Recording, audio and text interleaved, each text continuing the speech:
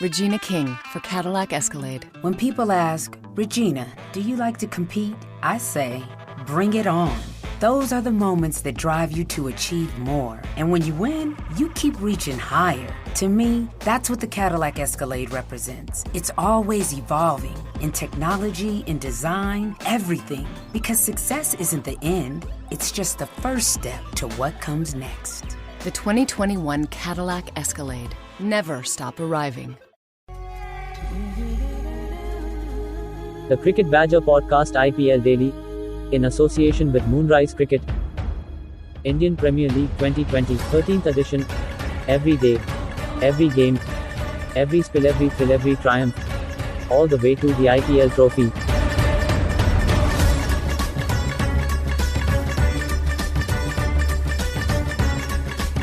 Hello everybody, welcome along. It's the Cricket Badger IPL Daily. I'm James as always, and joining me on this edition, it's not just Naman this time, we've got two people on the other end of the line. Clare Sanerson, our Kings XI fan, and Neil Virani, our Sunrisers Hyderabad fan. Before we get into them, thank you to our sponsors, moonrisecricket.co.uk and Bodyline TShirts.com. Keep an eye out in the next few days for the Bodyline t-shirt Cricket Badger specials. There's going to be some special Cricket Badger t-shirts for you to be able to buy, and you can get 10% off. So it's all good. Win-win. Anyway, let's get into the IPL. It's been another interesting game today. I have spent the last couple of weeks saying that CSK are a shadow of their former self, discussing that with Naman last night. He was quite scared of CSK as a KKR fan, but I don't think one win by 10 wickets where only two players actually turn up actually masks the inadequacies of CSK. And we saw today that KKR down and out at one stage in this game. CSK managed to throw it away. Neil, how do you rate this CSK side? We've got so used to IPLs in the past of just watching CSK carry on their inevitable progression to the playoffs. I don't think it's quite that simple this time. No, not at all. It seemed like the sort of game where CSK would absolutely walk home. They'd always have everything under control. They wouldn't try to go and hit, 12 and over from the start. They just see it through. But they completely misjudged the pitch, which is surprising considering how well they bowled in the second half of the Kolkata innings. And they left themselves way too much to do when the pitch became very, very tough in the second half of their own innings. Going back to the top of KKR's innings, the star of their batting and the difference in the game, really, in the end, was Tripathi's 81 from 51 balls, 8 fours, 3 sixes for him. It's taken him a while to actually understand they need to actually move him to the top of the order, but that might be a good thing now for Kolkata. They've got him at the top, and he looked really good today. Yeah, absolutely. He was absolutely brilliant when he opened with Rahane at Rajasthan a couple of seasons ago. And what people have taken a while to realise is that the reason that Narine worked so well as pinch hitter is because while he was dreadful against pace, he absolutely murdered spin, and he was partnered with Chris Lynn, who was amazing against pace but very poor against spin. So opposition sides didn't know what to bowl and ended up bowling a mixture which one or the other took advantage of. With Shubman Gill, who is an absolutely brilliant but more classical player than Chris Lynn, I don't think Narine has faced a single ball of spin in the first 6, and that's why he's been getting out for low scores. He hasn't stuck around too long and burnt a load of balls, but he hasn't had the same impact. So changing him to lower down in the order, bring him in during the middle orders when the spinners are on, we saw that he could do the same thing there that he has done in previous years up at the top. 17 off 9 was an ideal way to kickstart. You don't expect him to stay around for 30, 40 balls. But while he's there, he will score at a tremendous rate and he'll set up the game for the other players. I think Brendan McCullum is listening to the Cricket Badger IPL Daily because he's pretty much sent them out today in the order that we suggested. I think we could... you needed 2 solid openers. They've done that. Nitish Rana, I think, has nailed down the number 3 spot. And then Narine, Morgan, Russell just kind of rotate around depending on the match situation. And Kartik has dropped down the order and he's there to finish the job. And I think that's KKR have actually finally hit on a formula that will serve them well going through the rest of this competition. Claire, let's get to you. CSK, I'm really not convinced by them. Shane Watson was a walking wicket 2 games ago. He's now got back-to-back 50s, though. And big Aussie with the shoulders that are broader than, I think they're wider than my flat. He's key to them, isn't he? They need this top order of Watson, Du Plessis, Rayadu to score some runs, because once you get past that, they look a little bit weak middle order and below.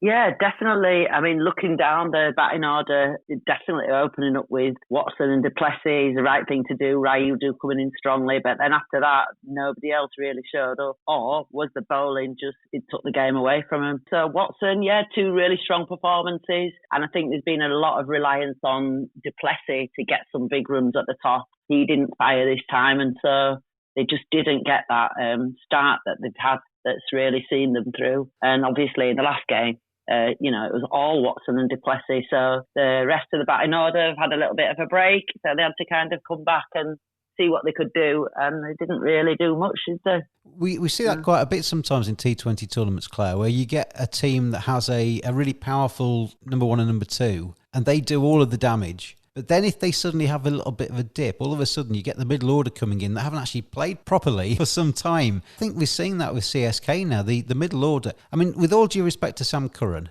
I think he's a fine little cricketer, but he's not a top order batsman. And CSK are too good a side, or too big a side in reputation, to have Sam Curran going in the top 5. It doesn't make sense to me. Well, yeah, and I mean, I think Jadeja's always somebody who you can send in who's either going to get runs or not, but he's coming right down the order. And got a few runs at the end, but too little, too late. So maybe that's something they need to think about. And obviously, MS has brought himself up the order, hoping to get a few runs, and then that didn't work out for him either. So strong start, and then, like I say, either came up against really good bowling at the death, or the batters just not having enough time in the middle, just didn't pull it through for him.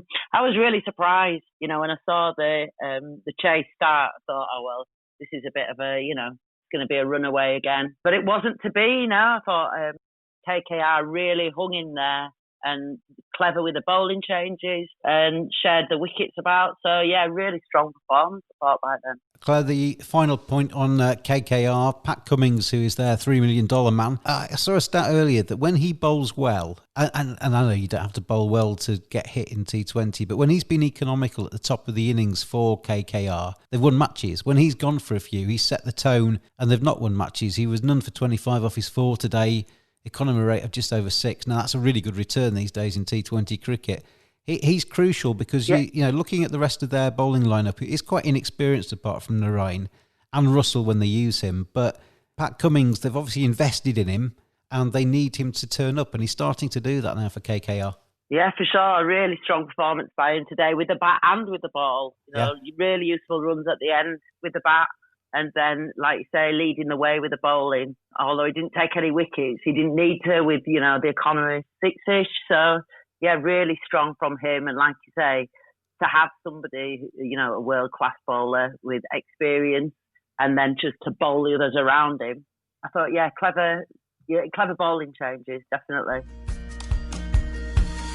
Moonrise is a sports engagement website to allow sports fans to learn from the very best. Get a personal video message recorded for a fan's special occasion. Have a professional cricketer as your next coach by getting video feedback or having a 30-minute conversation with some of the world's best players. Players such as Jimmy Neesham, Colin Munro, Tammy Beaumont, Danny Wyatt, Monty Panesar. Visit moonrisesports.com or go to Moonrise Sports on Facebook, Instagram and Twitter. Moonrise Cricket, let's play.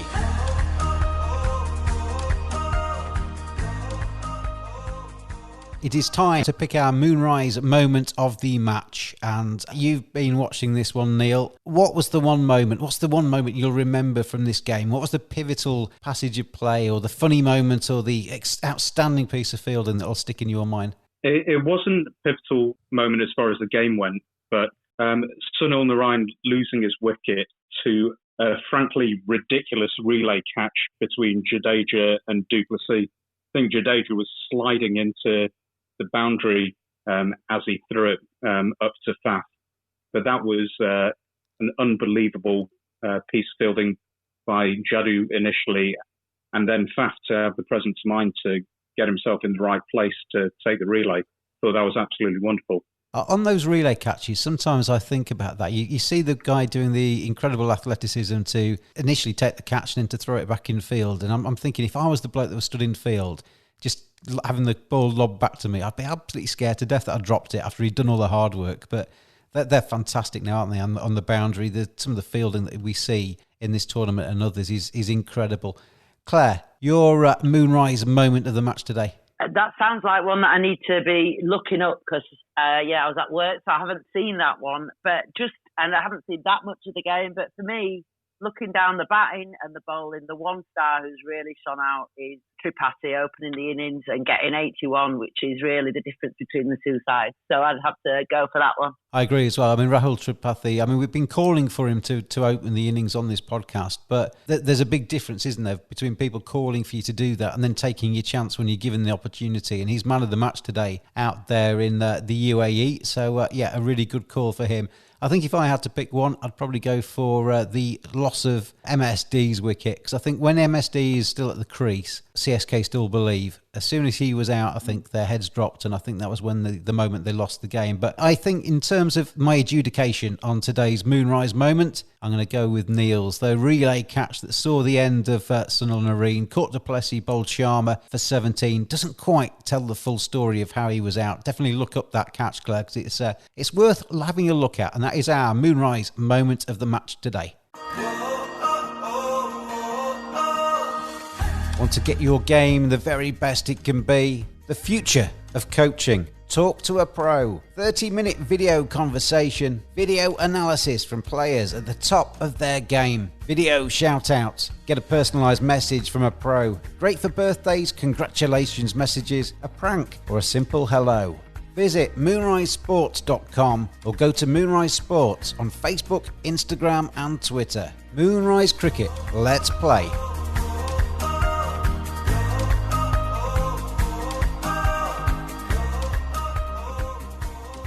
Right then, the reason you two are on today, the main reason you two are on, is because you are facing each other tomorrow. And it's a massive game, Claire, for Kings XI, isn't it? They are on the verge of actually kind of dropping through the trap door almost in terms of the table.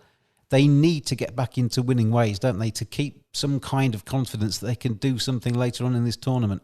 Yeah, absolutely. I mean, I guess every match in the IPL is a win it match, but after such a long poor run of form, the need to get out there and play the game and try and get a win, definitely. Or else, sitting there at the bottom of the table, it's not a happy place to be. It's a really strange situation, isn't it? They've got two of the best batsmen in terms of runs scored in the competition. Rahul's got 302. He's leading the race for the orange cap. Mayank Agarwal's got 272. But they are losing matches, despite the fact that they've got two openers that are really firing for them. And I think that's the problem for Kings XI, because if you actually look down the runs that they've scored, Rahul and Agarwal have done all of the damage. Pooran's got 119, but apart from them, nobody else is really sticking their hand up. Glenn Maxwell's had a few innings. Karan Nair's had some innings. Nobody else is really contributing. They're leaving it just to those two. And if those two don't fire, then they lose. And if sometimes when those two have fired, they lose. So some others need to actually take some responsibility, don't they? Yeah, definitely. Not so much the batting, the bowling seems to have been the kind of real letdown. They've put big scores on the board and then not been able to defend it. So a bit of a mystery, but I'm hoping that they can really pull it together. It'd be really interesting to see the team that they put out, whether there's any changes at the top of the order, in case that's going to make a difference. But like I say, it's the bowling really that's kind of let them down, and they've swapped people about. Obviously, Shami and Sheldon Cottrell have been pretty consistent, but other than that, it's been a bit of a struggle. They had to go with Jimmy Neesham, they've had to go with Chris Jordan. Neither of them have really worked out for them. So it's a bit tricky. I don't really know what the answer is, apart from just dig deep and go for it, really. Chris Jordan is going at 14 runs and over in this IPL in the two matches he's played. You mentioned Shami and Cottrell. They've taken 8 and 6 wickets apiece. Ravi Bishnoi and Ashwin have got 4 wickets and bowled reasonably economically. It's just that fifth bowler. They just can't find a fifth bowler and the death overs have gone for a few, haven't they? So, yeah, it's a bit of a problem for Kings XI. They need to, as we say, put it right quite quickly. BodylineTshirts.com. Browse the finest collection of cricketing T-shirts on the web. Hundreds of original cricket designs for cricket players and fans alike, featuring everyone and everything from Larwood to Leach and Cow Corner to Chin Music at BodylineTshirts.com. And you can get 10% off your first order using the code BADGER at checkout. BodylineTshirts.com. T-shirts for the discerning cricket fan. Neil, your Sunrisers team is coming back into it a little bit, weren't they? And then had a disappointing defeat against Mumbai on Sunday when I thought they were in the races. They were 116 for 2 at the start of the 13th with 2 of the best white ball batsmen at the crease. You'd have put your money behind SRH, but they found a way of losing. I think we got done by Krunal Pandya in the last 4 balls, striking an extra 20. Problem with the Sunrisers team, which, well, it's not always a problem. There's so much invested in the top order that when they fall, we've got 3 very talented but very young lads to follow up. It's almost unfair to expect them to do what we expect from a lot of other teams. They've performed well so far, but it's a lot of pressure there. And using 3 foreign spots in our top 4 does open up that weakness if they don't fire. I mean, the 2 of the guys that you're talking about there, Priyam Garg and Abhishek Sharma, were 2 of the stars, weren't they, of one of the recent wins. But you're right, if you've got some young, tender, no matter how talented they are, it's the consistency you lack when you're young, isn't it? Because you haven't experienced everything. You'll come off once in a while and it'd be marvellous, but you can't expect them to be world beaters every single game, can you?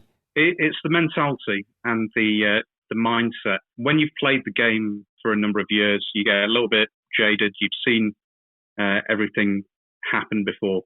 So when things go wrong, you don't lose it. You still stay calm. But we saw in the first game where there was a collapse while we were well on course against Royal Challengers Bangalore. The young lads just didn't know what to do when the pressure was on. They will get better when it comes to those situations, but you need to experience them to know how to deal with it. See how it all comes through, especially with the loss of Boothie and how that's going to affect things if Holder or Nabi come in, and how that then changes the top of the order. What's happening with SRH in the field? Everybody's playing out Rashid Khan because they just know how good he is, and they're kind of just seeing him off, aren't they? With Boothie not being part of the team now, it gives the opposition even more of a chance to actually go at the other guys, isn't it? And that's a problem David Warner's going to have in the field. Yeah, absolutely. I've been very, very impressed with Natarajan. He's firing in Yorkers at will, and he seems to have a very cool head when it comes to the death overs. I think Sandeep Sharma, if the ball swings, is an absolute demon. He's almost English in the way that he bowls, and he's going to be used majorly in the power play, although he's now going to have to take some death overs with Boothie's injury. Siddharth Kaul had a pretty rough day against Mumbai, but we saw with the ball that took out Hardik Pandya, the skills there, and we've seen him in prior years be very good as well. Hopefully he can come back. And then there's a question of whether Jason Holder comes in.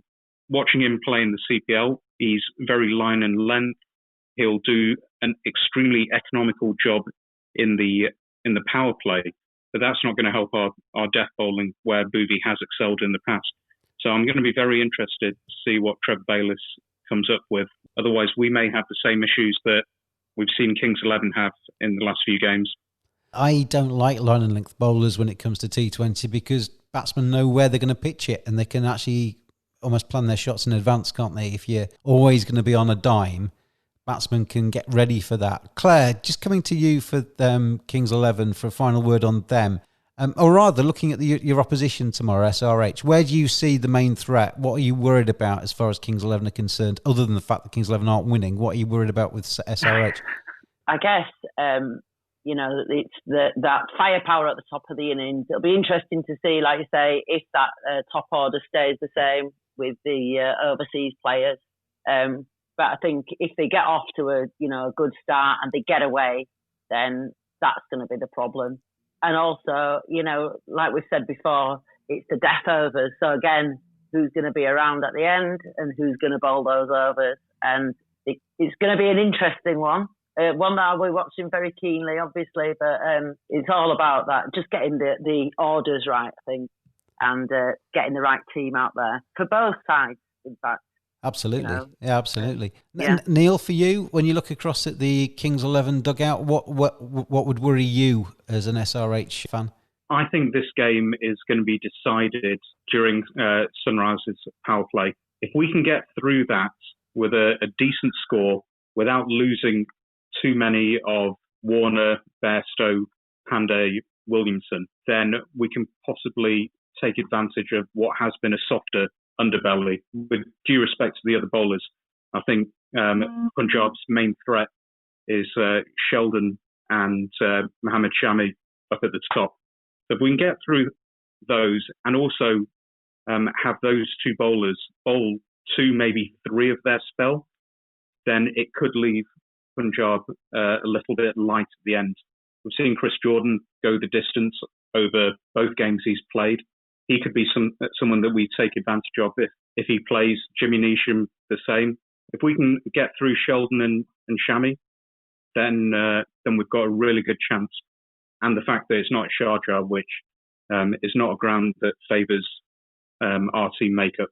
Well, this IPL is starting to shape up. Mumbai are top of the table. They've played 6. They're on 8 points. Delhi Capitals played 5, are on 8 points as well. KKR, they're up to 3rd with 6 points after 5. RCB, the same. CSK have played 6, just got the 4 points so far. SRH, 5 games played, on to 4 points. Rajasthan Royals, 5 games played, on 4. And Kings XI bringing up the rear, Clare Sanerson. After 5 games, they've got 2 points. It's a massive game for both sides tomorrow. At the wrong end of the table, but still early days in this IPL. And if you can get on a run, even if you are KXIP, you can start to climb back up towards those playoff positions. Neil and Claire, thank you very much for joining me tonight. Thanks, James. Thanks, Claire. Cheers, James, and cheers, Neil. Yeah, good luck tomorrow, I guess. I didn't get you to do a team talk today, Claire, did I? We'll do that next time because they've not all been working, to be honest, so I thought we'd give them a miss tonight. Yeah, I think you better. Yeah, leave them to it. I'm sure they know what they're doing. Let's hope so anyway, yeah. See how they get on without me. Well, thank you for listening, everybody. Thank you for staying tuned through every one of the IPL daily blogs so far. And enjoy the game, and we'll see you again tomorrow. Thanks for listening. Join us every day throughout IPL 2020. Follow us on Twitter at cricket_badger. Join in the fun. We'll see you again tomorrow.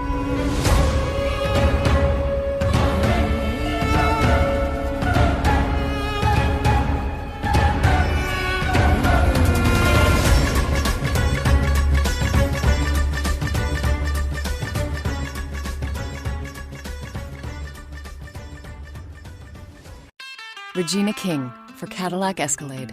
Let's say you make it to the top. What's next? Relish in the glory of your accomplishments? Okay, sure, for a minute. But then you move forward. Take the 2021 Escalade. Cadillac's newest arrival is more than just a celebration of iconic luxury. It's the most technologically advanced Escalade ever. Because arriving is just the beginning. The 2021 Cadillac Escalade. Never stop arriving.